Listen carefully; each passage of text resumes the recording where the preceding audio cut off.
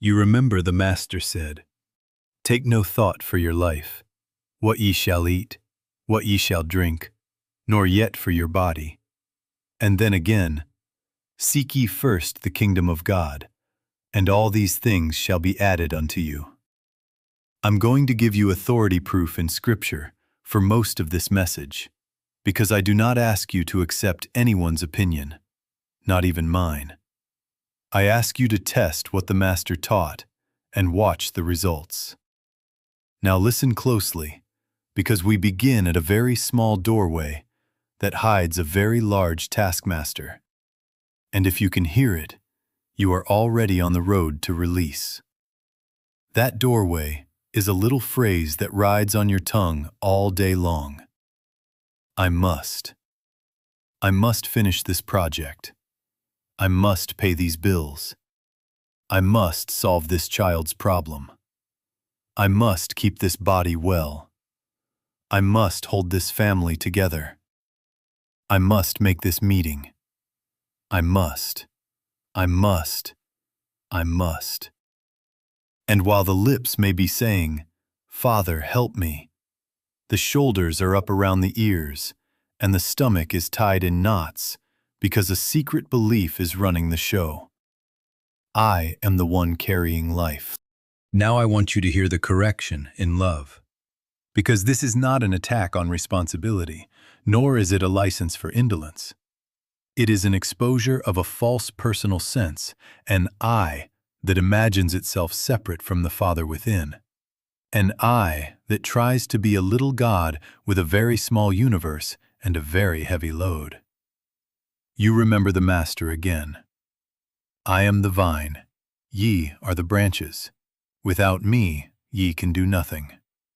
And there is your authority proof that personal doerhood is a lie and the cause of strain. The branch bears fruit, yes, but it does not bear it by saying, I must. It bears by abiding. Isn't it a relief to even hear that? Honestly, if the branch could speak, its only sentence would be, I rest in the vine, and the life of the vine moves through me. Now here is the hook and the help. Grace cannot carry what you insist on carrying alone. The Spirit cannot take from your clenched fist what you are determined to claim as my burden, my project, my family, my success, my healing. The very moment you clutch a matter as personal doerhood, you block the flow that was to do the work. The Master gave you the law. Take no thought. That is, do not attempt to run the universe from a separated human mind. Seek first the kingdom, the presence within, and the action, the plan, the supply, the timing will be added. Appearing through you, yes, but not originating as you. So we are going to walk this in steps, and you watch what happens.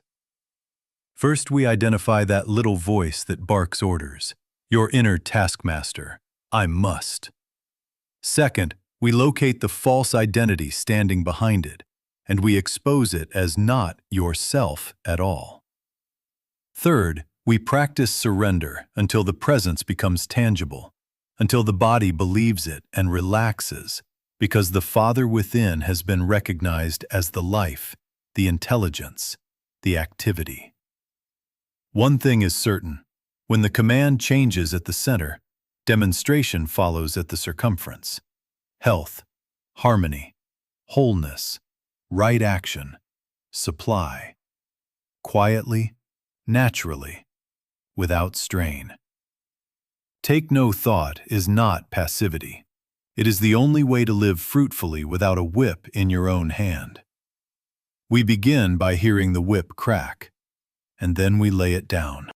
Now we go to the second step, and I want you to do this with me right where you sit. This is not theory, this is an inner audit in real time. You simply begin listening to your pressure vocabulary, and you will hear a string of little orders marching through the mind like soldiers. I must fix this. I must hurry.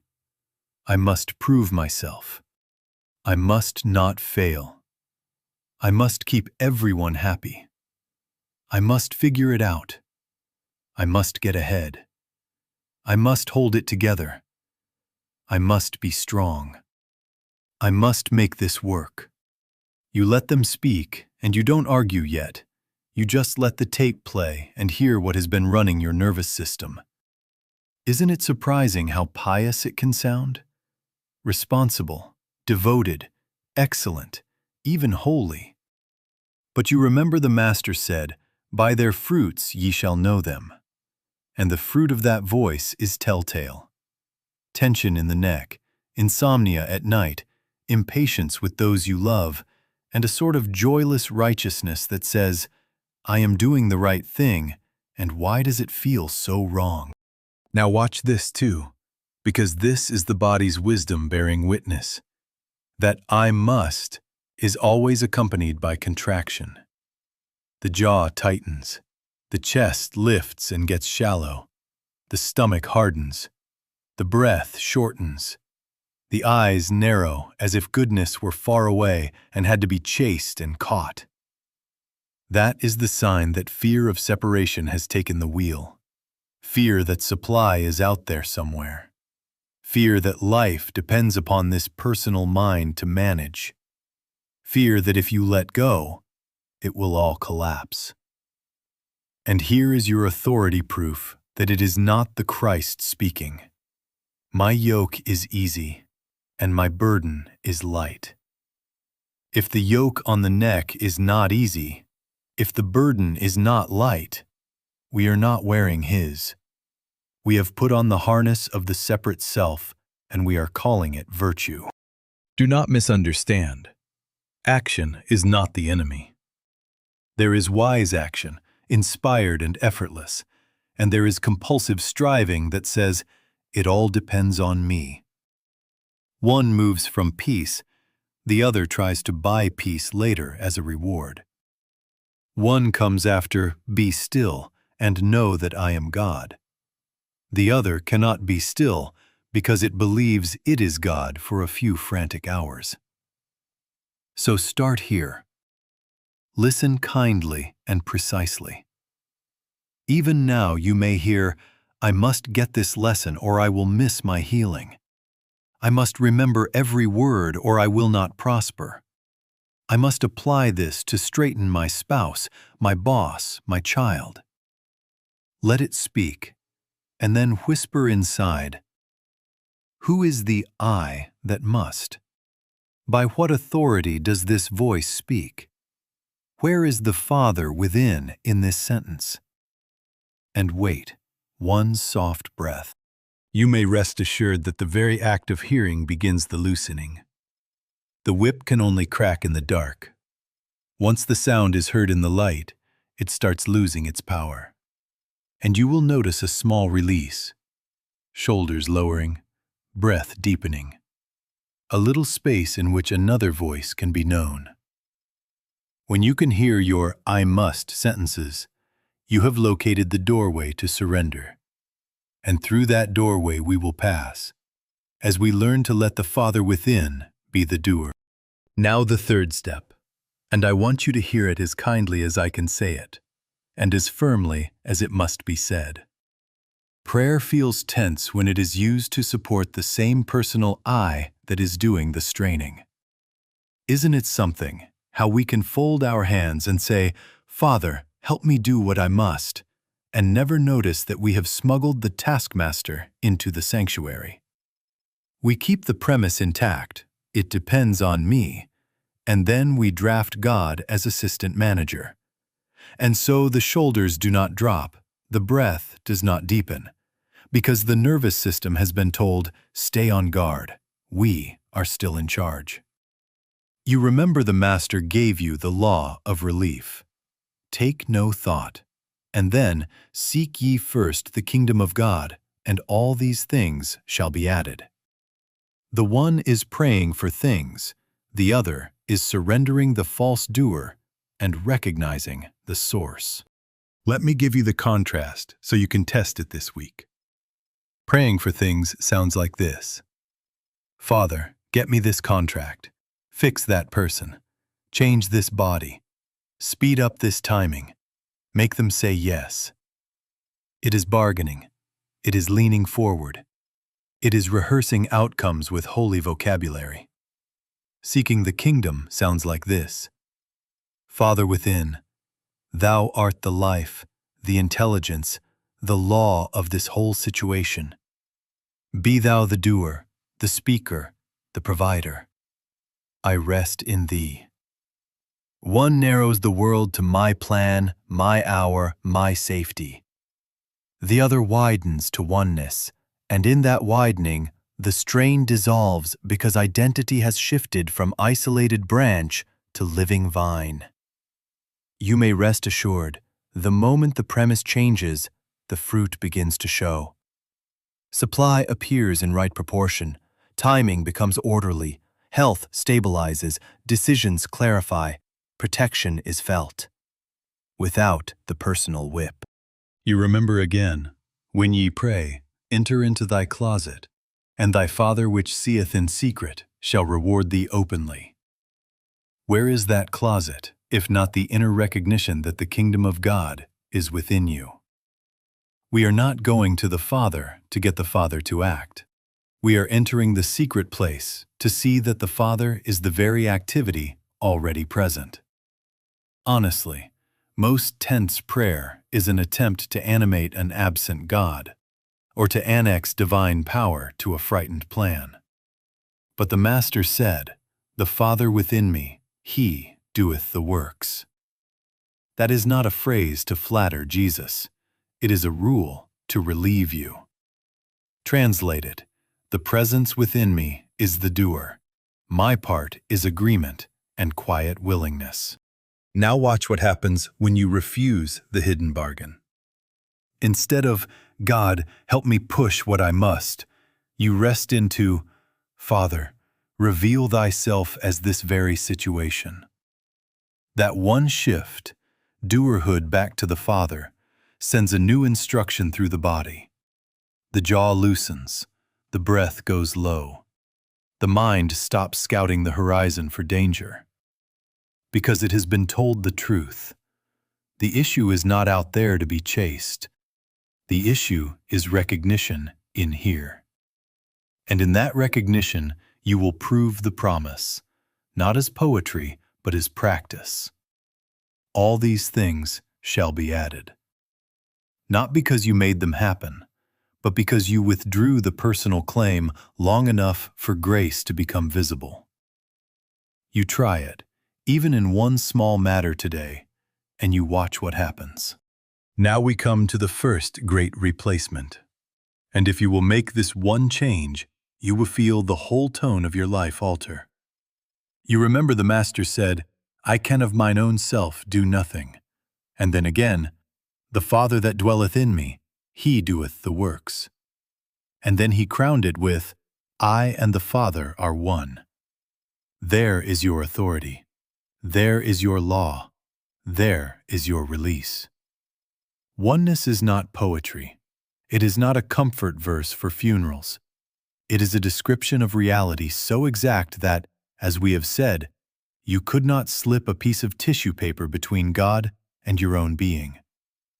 If I and the Father are one, where is the separate doer left to say, "I must"? If the Father within is the worker, where is the whip-bearer to drive you through your day? There is none. There is only a false claimant that we are now dismissing. So here is the practice, and it is very simple. The moment a task appears, an email, a bill, a diagnosis, a conversation, a decision, you do not spring to planning. You pause for one soft breath, and you recognize, Father within, Thou art the actor. Thou art the intelligence. Thou art the substance of this very function. Not I, Father. You can say it aloud if you like. Not I, Father. And you wait long enough to feel the edge come off the nerves, the breath descend, the shoulders ease. And in that little easing, you will notice that ideas begin to form. Words line up. Steps come one by one, and the work is done by the worker. You remember, the branch does not force the fruit. It abides, and the life of the vine bears through it. Never forget that this is not passivity. This is the only true activity, because it begins with reality and lets reality reveal itself. Surrender, then, is not lying down to fate. Surrender is giving up the false claimant that says, "I must carry this alone." It is the identity shift that says, "I am not a little mind chasing solutions. I am the place where the Father shows his handiwork." Paul tried to tell you the same truth in another sentence. "My grace is sufficient for thee." Why is it sufficient? Because grace is the activity of the Father within, being your very life, your very law, your very supply. And the sufficiency appears as the right phrase in the meeting, the unexpected easing in the body, the order in the calendar, the check that comes with no strain at all. Believe it or not, you will find that what looked like 10 steps becomes 2, that what looked like an argument becomes a listening, that what looked like lack becomes a doorway for the inner substance to take form. Now I want you to have a pivot you can carry in your pocket all day, and it is this: not I, Father. Or if that feels nearer to you, thy grace is sufficient. Whisper it at the first twitch of hurry. Say it before you open the laptop. Say it at the door of the exam room. Say it when the phone rings with a number that used to raise your blood pressure. Not I, Father, until there is a felt release, until the body believes you and yields. You may rest assured that when the premise is corrected at the center, the circumference will show it.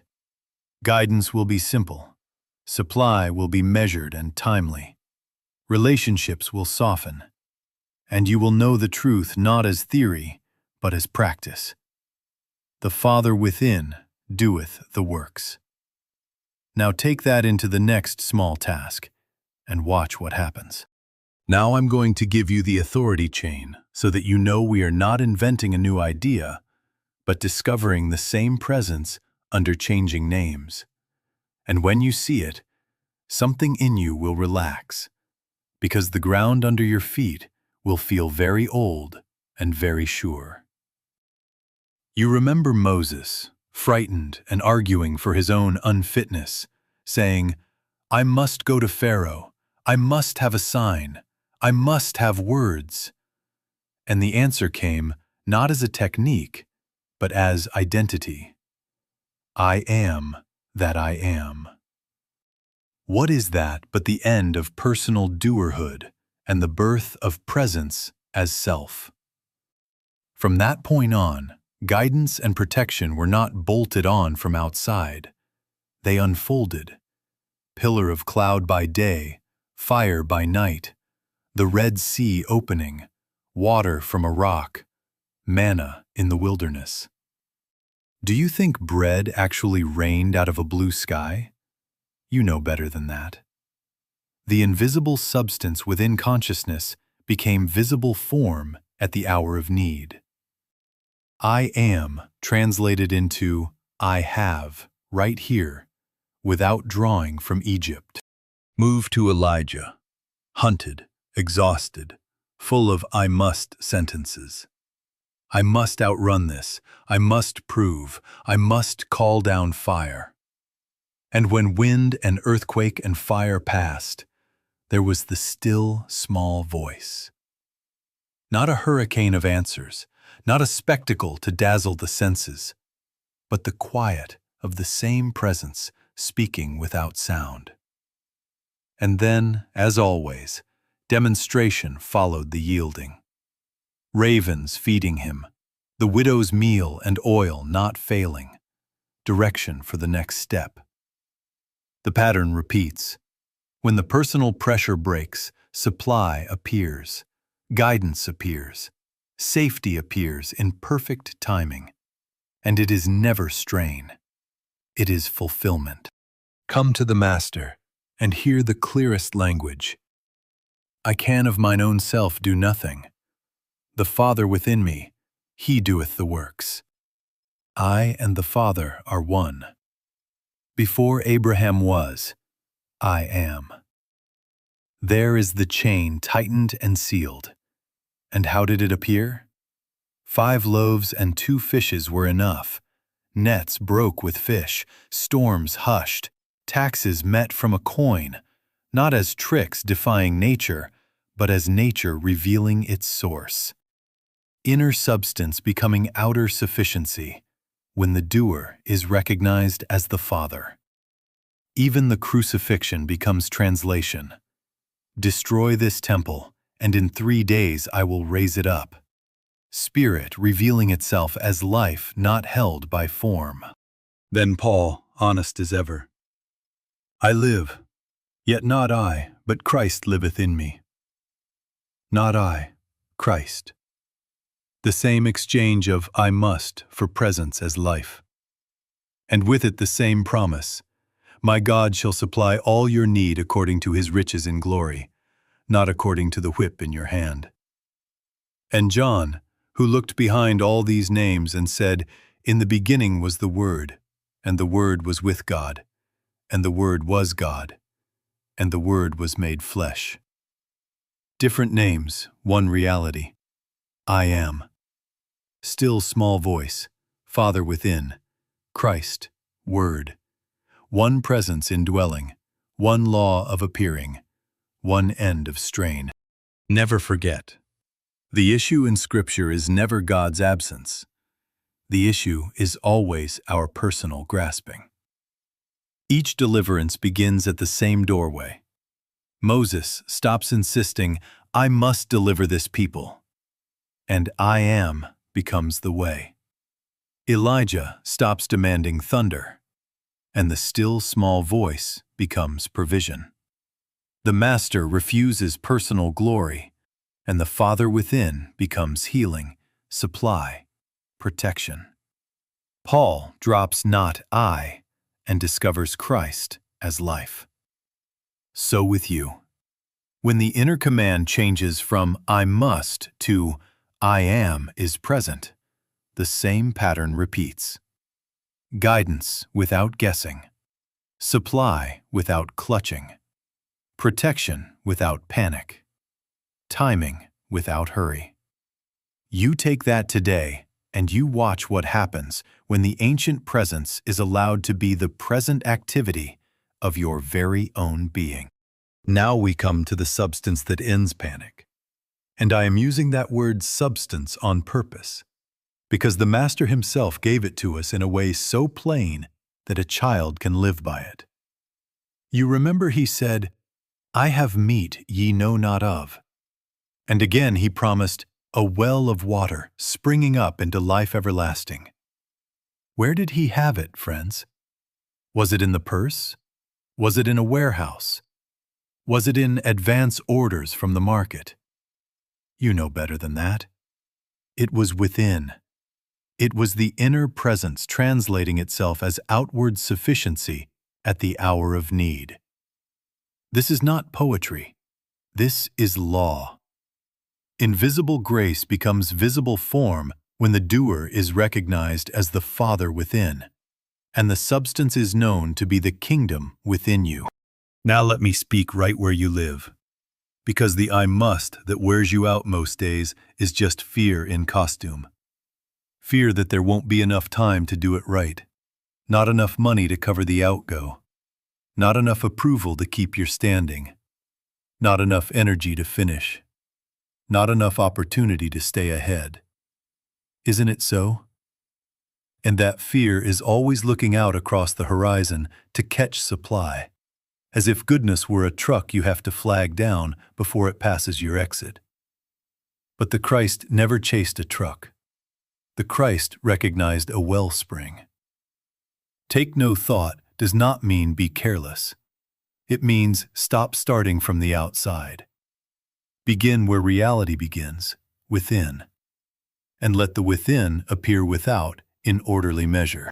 So the next step is simple, and it will change your days. If you will try it before emails, before decisions, before you confront anyone or anything. You pause. You notice the contraction, the jaw, the chest, the breath, and you acknowledge, there is a presence within me that maintains and sustains. Say it softly. Say it twice if you like. And wait one breath until the body feels the authority of it. Then add, not I, Father.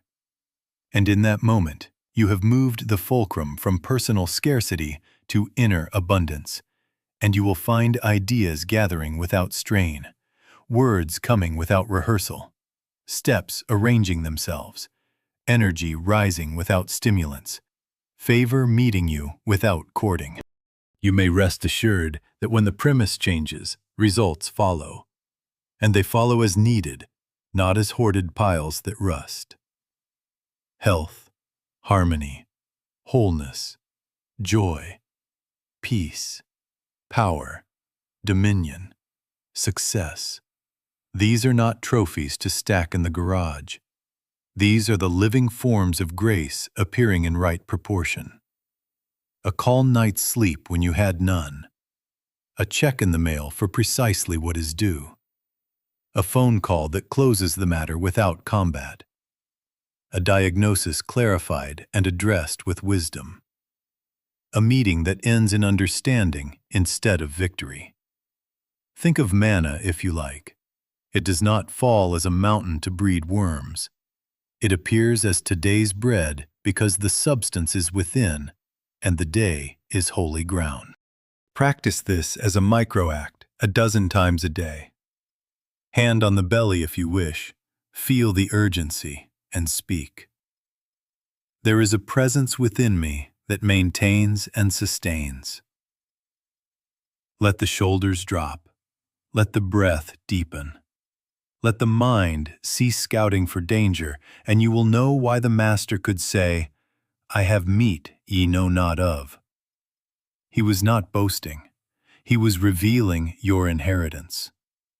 All that the Father hath is mine means now, and it means here, and it means that panic has no authority where the wellspring is recognized as your very life. Now we go to the law of consciousness, and I'll say it in a way you won't forget. You can change zip codes and take the same taskmaster with you. You can move the furniture and keep the commandment of pressure. You remember I've said, you can take a person out of the ghetto, but if the ghetto is their consciousness, you'll find it waiting for them in the suburbs. Now translate that kindly and exactly.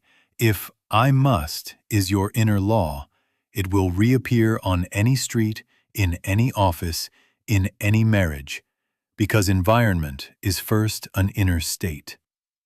Believe it or not, I have watched people cross oceans for relief and unpack the same hurry, the same proving, the same fear in a new kitchen, a new cubicle, a new church pew. So let me bring it right home. New job, new boss, new salary band. And there it is by Tuesday. I must get ahead. I must outpace. I must not be found out. New relationship, softer eyes across the table. And by the second weekend, I must keep them pleased. I must manage their moods. I must not lose. New schedule, better planner, color-coded days. And by Wednesday, I must squeeze more in. I must beat the clock. I must not fall behind. Isn't it something how the scenery changes and the sentence doesn't? Why? Because I must is not a circumstance. It is an identity habit. As long as the personal doer sits on the throne, he will command the same army of nerves however you redecorate the palace. Now here's the sequence you must never forget, and you have authority for it. Be ye transformed by the renewing of your mind, not by the swapping of your calendar. Seek ye first the kingdom, and the rest is added. The place whereon thou standest is holy ground, not the place you're saving up to stand next year. We are moved first in consciousness, and then the outer scene rearranges. Trying to rearrange the outer first only keeps the inner command intact. When the premise within changes to "not I, Father," when the Father within is acknowledged as the doer, then without struggle you find either that the old place becomes new because you are new, or that you are lifted and placed where your measure of good has room to appear. You may rest assured, when the root shifts, the fruit follows. Guidance, timing, favor, supply, without bargaining, without the whip. So I give you a diagnostic that will locate your next piece of work in 30 seconds.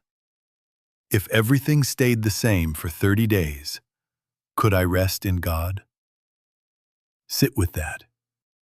If the answer is yes, watch how quickly the same will begin to ripen. If the answer is no, I must move, I must fix, I must change them or else, then you know the work is inward, not logistical. Do not rush to edit the calendar. Edit the allegiance. Whisper, "Not I, Father," and wait until the body believes it. Enter thy closet, and let the Father who seeth in secret correct the command at the center. From that correction, all necessary movement will be added, and it will not carry the taste of panic. It will carry peace, and peace is the sign of the Christ way. And now we must face the reason some cannot rest even when they try this. A house divided against itself cannot stand. If the heart holds division, resentment, superiority, quiet condemnations, prayer cannot settle and grace cannot be felt. The next step, then, is the ethical clearing that removes the knot from the hose. For the Father is not mocked by pious words over an unforgiving heart. We will take that up, because forgiveness and peace are not ornaments. They are the conditions under which the kingdom becomes visible as your day. Now we come to the ethical gate, and I must give it to you plainly, because the Master gave it plainly. If thou bring thy gift to the altar, and there remember that thy brother hath aught against thee, leave there thy gift. First be reconciled to thy brother, and then come and offer thy gift. Do you see the order? First be reconciled, then pray. First make peace, then ask.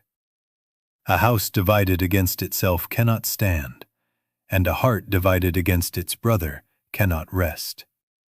Prayer cannot go deep on a divided foundation, because the very act of clinging to division says, I must protect myself, I must be right, I must hold the line. And there the taskmaster sneaks back in with a robe on. You listen and you will hear it. I must win this argument. I must protect my image. I must correct their error. I must never let them forget. That is not righteousness. That is war within. And war within blocks the flow of grace that would heal both you and the situation. You remember too, if ye forgive not men their trespasses, neither will your Father forgive your trespasses. Now do not make that a picture of a withholding deity. We know better than that. Translate it mystically. The same grasping mind that refuses to release another cannot receive what already is. The hand clenched in judgment is not free to take the gift. Judge not, that ye be not judged. With what measure ye meet, it shall be measured to you. When we meet suspicion, we live in suspicion. When we meet mercy, we live in mercy. And hear the universal law. God is not the God of one tribe. There is neither Jew nor Greek, bond nor free, male nor female. Pray for your enemies, bless them that curse you, do good to them that hate you. If God is equally the God of saint or sinner, white or black, Jew or Gentile, then any prejudice you indulge is an argument with omnipresence. And that argument will keep your nerves hot and your prayer shallow. Now, I am not asking you to approve harm or invite abuse. I am asking you to release the lie that your good depends upon your resentment. Forgiveness is not saying, "It was fine." Forgiveness is saying, "My life is of God, my safety is of God, my supply is of God, my reputation is of God, and therefore I withdraw the claim that your conduct controls my good." Here is the practice. Enter your closet. Bring the face, the party, the memory into the light of the Father within, and say, "Father, forgive them. They know not what they do. I release this debt. Thou art my sufficiency. Bless them.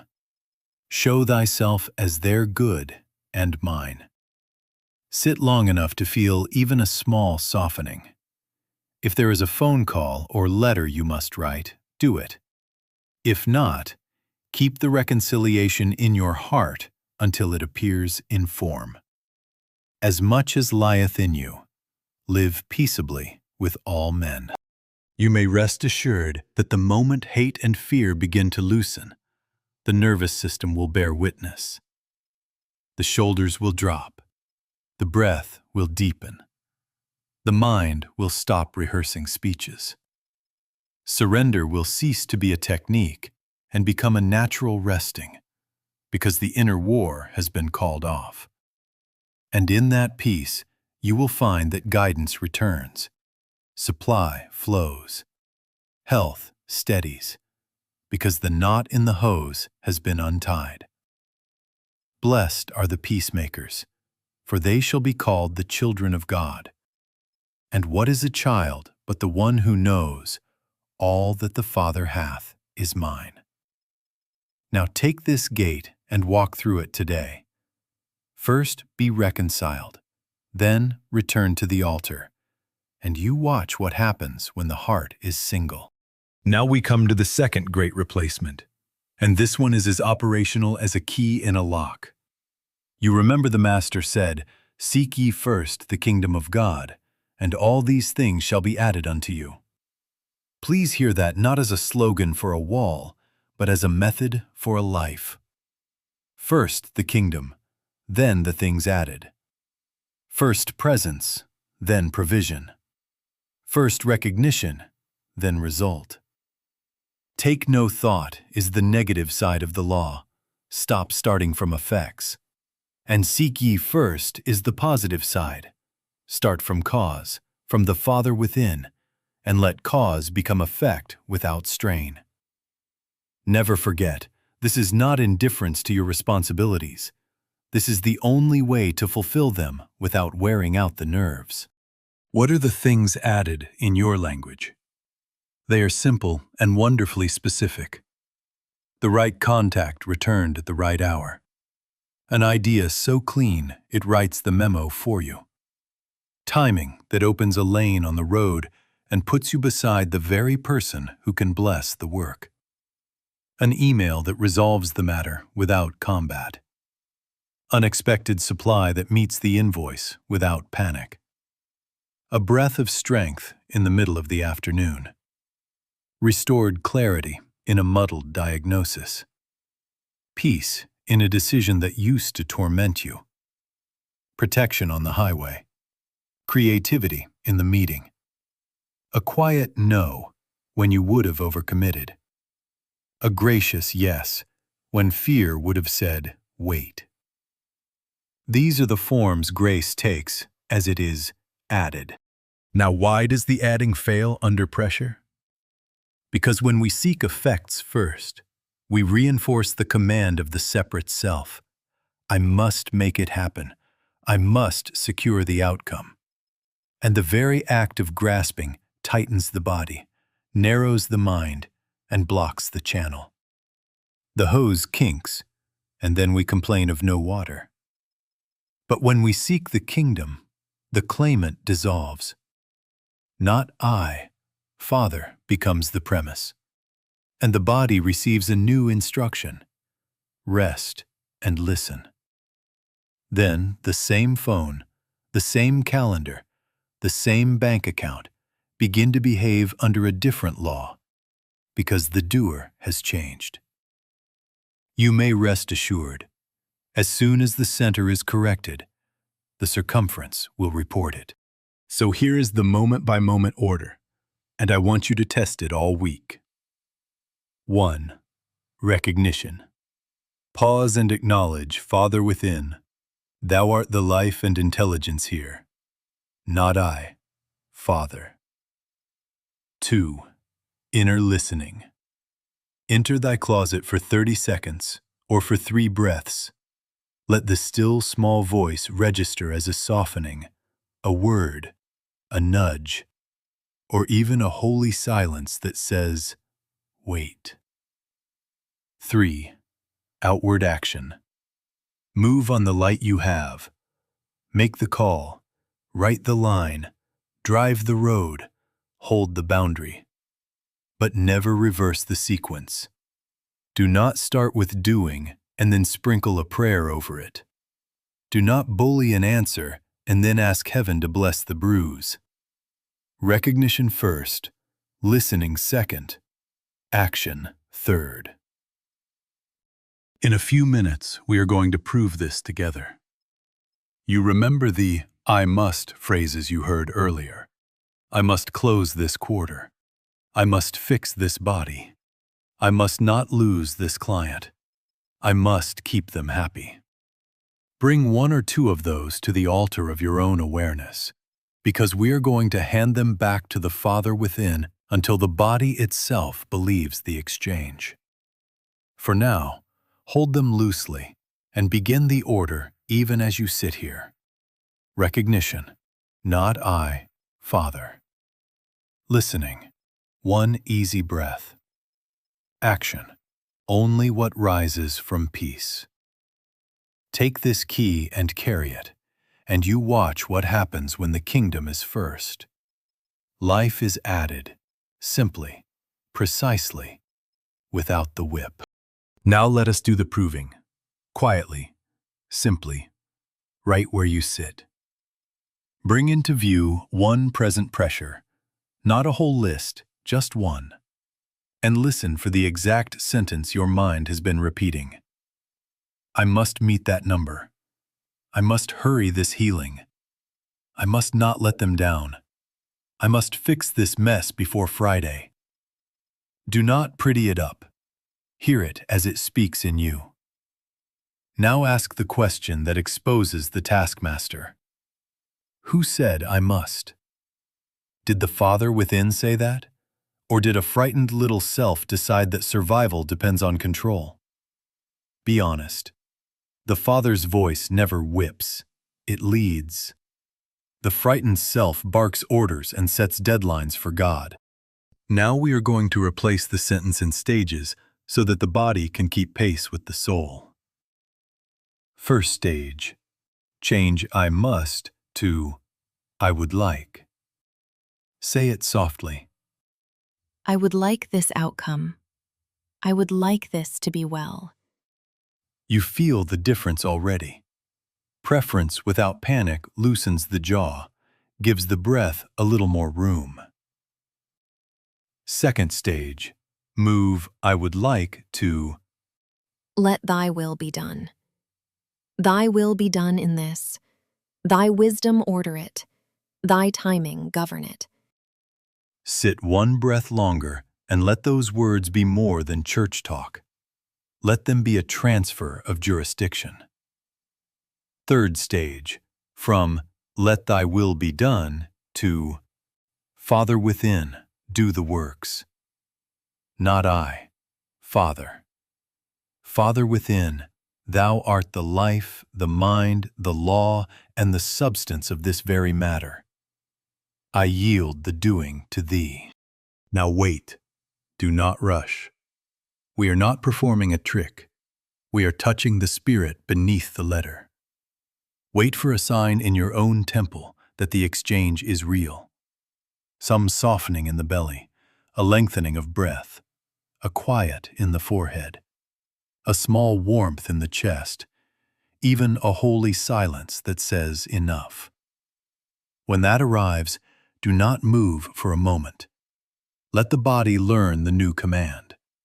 Surrender is complete when the inner order changes and the body relaxes into the Father within. If the softening does not come yet, stay in the second stage, Thy will be done, until it does. Then return to Father within, do the works. You may rest assured, peace is the seal. From here we look for the fruit, not by strain, but by noticing. Guidance will come as calm direction, a simple next step that carries no ache. Make the call now. Wait until morning. Say yes, say no. Supply will appear as right appearing, precise, timely, without flurry. Strength will be renewed as energy rising quietly where you'd grown thin. Protection will register as a clear stop or a clean go. And when you honor it, it proves itself without drama. Do not reverse the order. Remain in recognition until peace is present. Then follow the light you have. Practice this with the one matter you brought today, and then test it on 3 small ones this week. Not I, Father. Thy will be done. Father within, do the works. Until the body believes it, and you watch what happens when the doer is God. Now let me give you a simple rule of life you can carry into full calendars and bright ambitions without losing the presence. Morning. Before you touch a device or open a schedule, sit long enough to recognize oneness. Speak it as identity, not as poetry. I and the Father are one. All that the Father hath is mine. Not I, Father, Father within. Thou art the doer of my day. Wait until the body gives you the receipt. One longer breath, a softening under the ribs, a quiet in the forehead, and then set the order. I do not carry this day. The presence carries me. The place whereon I stand is holy ground. Now move into your duties under that law. Midday. Put a bell on your phone or a note on your desk and do a 30-second audit. Catch the pressure vocabulary in the act. There it is again. I must finish. I must impress. I must not fall behind. Do not argue. Replace it. Not I, Father. Seek ye first. Enter your closet right at the desk. 3 breaths of listening for the still small voice, and then take only the step that rises from peace. Recognition, listening, action. Never reverse it. You will be amazed how an email writes itself, a meeting shortens, a decision clears when the doer is the Father within. Evening. Close the day with forgiveness and release. If while you pray you remember a face, a slight, a resentment, first be reconciled in your heart. Father, forgive them. They know not what they do. Bless them with thy good. I release the outcomes of this day. The increase is of God. If you owe an apology, decide when and how, and then rest. He giveth his beloved sleep. Go to bed under the benediction. I have meat ye know not of. Tomorrow draws from within, not from worry. Now a warning spoken in love. Do not relapse into the letter and expect the fruit of the Spirit. Repeating phrases without the inner yielding will not free you. You can say, not I, Father, while gripping the jaw, and you will prove nothing but fatigue. Stay with the recognition until the body believes it, even if that means 2 quiet minutes behind a closed door. We are not collecting holy sentences. We are touching the hem of the robe. And hear me on abundance, because many of you are gifted to build and to lead. There is nothing in the world too good for the children of God. Adequate supply, beautiful homes, excellence in your work, yachts and palaces if that is your assignment. So long as it is grace appearing, and not grasping, pretending to be holy. You may rest assured, dignity and prosperity without guilt are the normal outflow of realized oneness. The substance is within, and it appears as right form, without flaunting, without fear, without the whip. You will still plan and labor. You will sign contracts, balance numbers, craft and correct. Only now the engine changes. You act from inner assurance, not from dread. From listening, not from forcing. The yes is clean, and the no is kind. Diligence remains, panic departs. Excellence stays, self-punishment ends. Put the to-do list under "Not I, Father," and watch the works be done. One thing is certain. No one here is separated from their good. There is not space for a tissue paper between you and the life that lives you. As you live oneness and practice this daily surrender, grace will quietly carry what you no longer insist on carrying, and your life will become lighter, more accurate, more fruitful. Go in peace. Let the Father within be the doer, and you watch what happens when the taskmaster is dismissed and the Christ is enthroned. Bless you.